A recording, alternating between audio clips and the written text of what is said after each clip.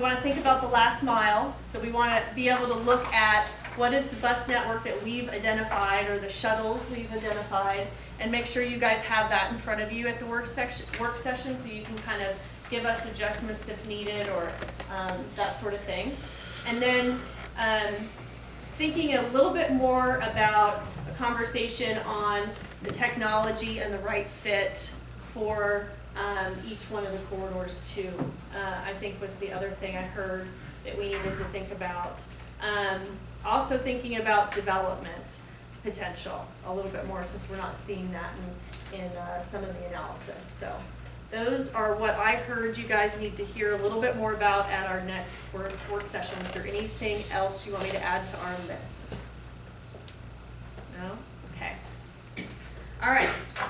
So next steps for us, one of the big things obviously for the work session too for you guys is going to be bringing you information on what we heard from the public and the stakeholders. So this is basically our outreach that we've had for the project.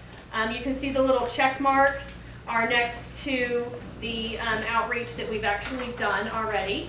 We're heading into our third community and stakeholder work groups, and that's where we meet with each one of the corridors, north independently, south independently, and east independently, and we work with community and stakeholder individuals, and we roll up our sleeves and we do work. So those are, again, kind of like your work session is going to be in May.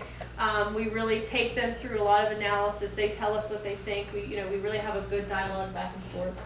And then we've got basically our second round of public, what we were calling open houses originally. This time we're going to do some road shows, and I'll talk a little bit about that in a second. We've got a second newsletter that will be coming out here in April, just to kind of make sure people understand where we're at in the process, and tell them a little bit about where they can learn more. And then we will be doing another webinar. In January we added doing a webinar. We hadn't originally had that in the project, but we felt like we might get a little bit more attendance at a webinar, because nowadays a lot of times people might take their lunch to work, and then during their lunch hour they could hear us talk about fascinating transit issues. So we did that. We actually got a really good turnout, so we decided to go ahead and add one here in May as well, so you can look forward to that. Okay, so community and stakeholder work groups here. We'll cover again that technical analysis, the cost and the ridership at those work groups specific to the work group itself. And what we're going to get from them is basically ask them to give us their preferred alternative, both the alignment on the map and the mode that they think is best in their corridor. And that's going to be another data point for you all in your work session. Okay? So, as always, we hope you all can help us make sure people show up to our community and stakeholder work groups. We have really pretty good groups and pretty good attendance at all of them, but we always want more. And we're happy to have any of you as well attend if you'd like a little bit more time with us, of course, and the alignments. Just another note here, we do have the north and the south corridor work group meetings next week, as you can see. Yeah. You have the initial results for the north corridor, obviously we went through that, but you also have the south and the east. Both of those still have a couple of data points that we still need to get in there, but we wanted to get you what we have as of today. Yeah. Before we go to the south meeting on the 30th, we will get all that finalized south corridor matrix to you, so that you have it before we go to the work groups. That way, if you get any calls or questions, you've got the backup for it. Okay. So public outreach. We decided this time, sometimes in this day and age, with all the public meetings going on, it can be hard to get people to show up after they worked a long, hard day. So we decided, maybe this round what we'll do is go where the people are instead of asking them to come to us. So what we really did was step back and look at all the events you all have going on in the region, and Ian is going to be busy going to several of them. But what we've done is we've kind of broken it up to where we've got 3 in the south corridor, 3 in the north corridor, 3 in the east corridor, and 2 in Oklahoma City itself. And so you can kind of see we've got everything from an arts festival to actually going to the universities and sitting there and trying to talk to people in the food court or the lobbies or that sort of thing. We're actually going to go to take your Air Force Base as one of the major employers. We're working with base personnel to try and get that set up. Obviously, that one will be for only base personnel. We're also reaching out to organized groups like the Urban Land Institute. They're a members-only event, but they are, interested in placemaking, if you will, and development. So we thought they'd be a good people to get with. Touch a Truck event in Edmond that always seems to be really well attended, and it gets a lot of people coming out to kind of touch a truck, to get into different types of truck. And our bus booth, out there? what's that? Is there gonna be a bus out there? I was about to say, there is gonna be a bus out there, and our booth is gonna be right next to the bus, so people can check out the bus and we can answer questions. Yep. We're gonna go to Farmers Market, Edmond Jazz and Blues Festival, which will be fun.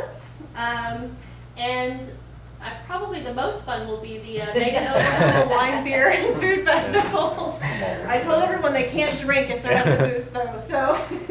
We'll have a full staff there. I know. I'm not doing one bus.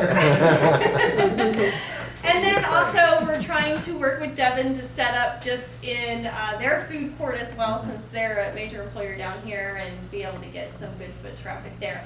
So what we're doing at these road shows is really trying to draw people in, tell them about the project quickly. As you guys kind of indicated, it's hard to get all of this information. It's like drinking out of a fire hose. We need an elevator speech. We are developing our pitch, if you will. It'll be much more succinct, talk generally about the project, and then really get into I think it's 5 questions now that we have, survey, where we're going to basically ask them, do you think high capacity transit can be part of the solution in your region? Yes or no?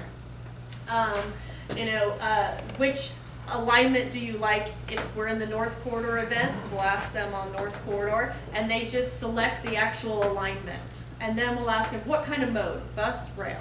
Just real simple questions that can give you guys some data points to understand what the public's general sentiment is.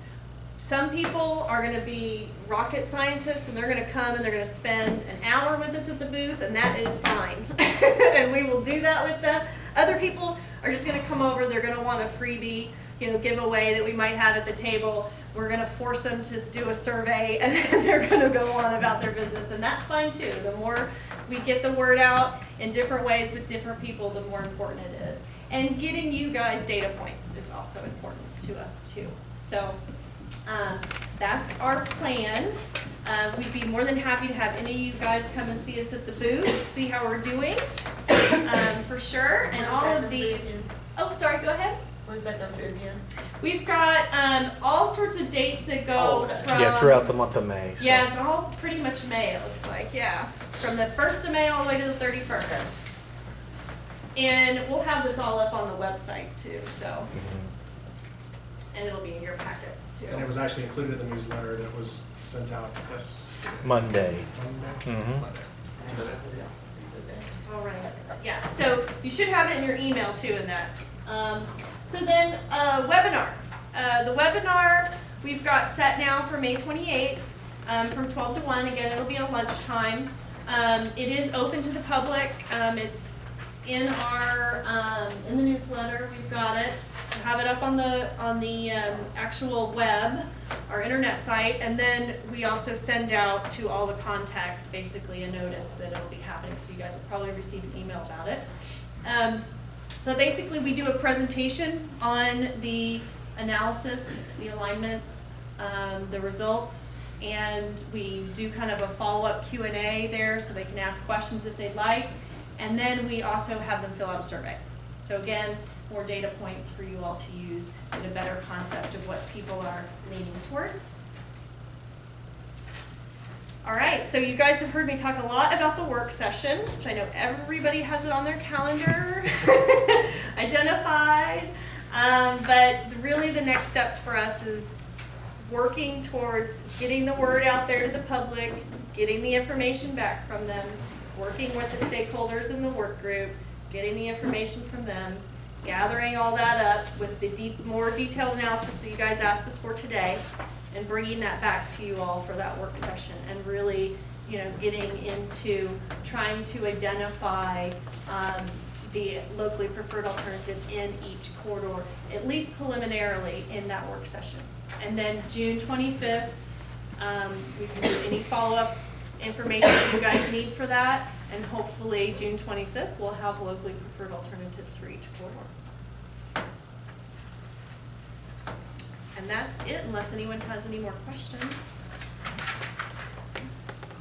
I'd just like to really encourage everybody to attend that May 30th work session. I think you can tell from today's discussion how we're really getting down to some critical points and decision points, and there's going to be more drilling down and different important data brought to you for all three corridors. And if you're looking at it on your calendar, we'll send out a reminder and an agenda well before. Hope to see you then. And we'll have beverages and snacks, since it'll be a full afternoon and we want everybody to stay awake. As far as new business goes, Marion, do you have any update on legislatively what's going on at the Capitol on the issues that you found out? Yes, House Bill 2480, if you remember, was the legislation to clean up the existing statutes on creating regional authorities for transit or economic development. That bill passed the House, and then a week or so ago it passed the Senate. However, the Senate Finance Committee, a small amendment was offered and was placed on it, and because of that amendment, it has been sent now back to the House. And there was some concern today. There was a deadline today, but I just found out that we've got until May 6th or 7th. And what they need to do next is Representative Joyner, if they get it on the floor, will propose a rejection of the amendment, which then sends the bill to a conference committee. And then if they agree, everybody agrees on the amended language, then it could go to the governor for signature. So that's hopefully the track it'll take. The amendment was an addition at the end of the paragraph that talks about the ability of the authority to go to a vote of the public to seek a funding mechanism of up to 2% sales tax to fund that. It was just a little bit added at the very end of that paragraph that simply said, the last sentence said in the existing statute says, if it's passed, it shall only be applicable if it applies within the district created, and then they added, and so long as there is no other existing tax under this bill, under that statute, in place at the same time. And it's kind of confusing as to necessarily what the intent was, but in looking at it now, the original statute language at the front kind of says you have the right, the authority to go have a vote in the public to tax up to 2%. That it doesn't say you can only do it once or that that's a cap. And so I think what you had was the chair of the Senate Finance Committee is a CPA or a financial planner. I think he noticed, just like you would when you write these things, if you're thinking how you're going to use them, you may not notice there's a problem with that language. I think all he's trying to say is you can't double up and go ask for 2% now and then 5 years later go vote again for 2%. And so at this point, everybody has looked at it and talked about it, and John Johnson, everybody feels at this point the best thing to do is to leave it, or the bill would probably die, it would be done. So leave it. The main purpose of us getting that amended language in the bill was to allow us to create the authority, not necessarily to go to funding right now. So hopefully, if you get any emails from John, this needs to be on the floor on the 6th or 7th and heard again by the House leader in order to get to that point. So hopefully we'll get there. Anything else out there going on? Other than that one bill? And I think that's it. Everything else is done. Okay. Anybody else have any comments or questions before we adjourn? Thank you all for coming. I'll see you May 30th.